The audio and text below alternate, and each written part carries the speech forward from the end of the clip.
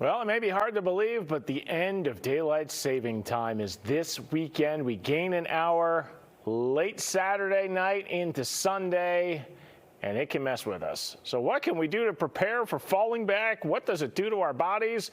Joining us, UW Health Family Medicine physician, it is Dr. Robert Freidel, or as he goes, Dr. Bob. Doctor, great to see you. Thank you, Ben. Nice to see you as well. So it's not just in our heads, right? I mean, this does mess with us when we change our clocks. That's right. Sleep is so important for our overall health, Ben. This change that we have twice a year really is not so great for us. Our bodies like the consistency. It's good for our brains and our hearts and our natural internal clock called our circadian rhythm.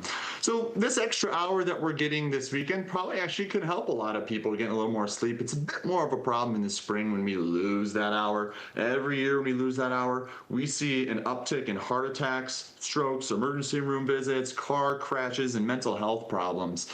But this, just fresh in the news, a study out of Stanford showing that if we could just stick with the same time throughout the year, we would probably have, they would predict up to 2 million fewer cases of obesity in this country and maybe even 300,000 fewer strokes. So yes, these time changes do make a pretty big difference on our bodies and our health. And I hate next week when the sun will go down so early. I feel like it does affect our mood. Granted, it's earlier, you know, we see the sun earlier in the morning. So what do we do to minimize the effects? Should we not be changing ours?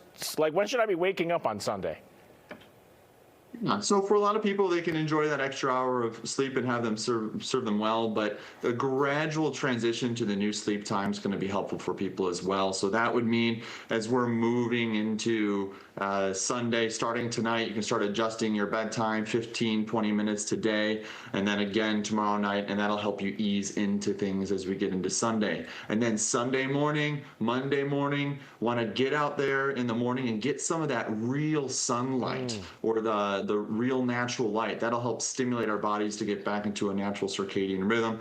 And around these time changes, still make sure if you're an adult, getting at least 7 hours of sleep a night. If you're a teenager, at least 8. When my daughter, who's 5, runs into my room on Sunday, I'd be like, do not mess with me, because it's doctor orders I get to sleep right now. We'll see how that works. Hey, I want to ask you about, about this new study about walking, because researchers, they looked at long versus multiple short walks per day. I mean, what's better? Yeah, so it seems like the longer you walk, the better, but even we start to see health benefits at just that 5 minutes. So we know walking, exercising, moving, very good for our health overall.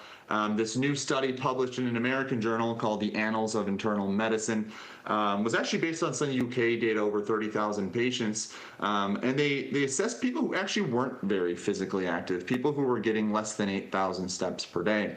And they found that the longer walks that people went on, the more likely they were to live longer, less likely they were to have things like heart attacks and strokes. But the benefits, we were starting to see them at just a 5-minute long walk. So I have a lot of patients who struggle to find time to exercise, Ben. A lot of people feel like they need to get out for 25, 30 minutes if it's going to make any difference. But this study really gives us a clear example that just 5 minutes can make a difference. Yeah, you don't have to kill yourself at the gym to really see the effects, as long as you do something consistently, like going on that long walk. Dr. Bob, thanks for coming on. Yeah, thanks for having me, Ben. See you next time. See ya.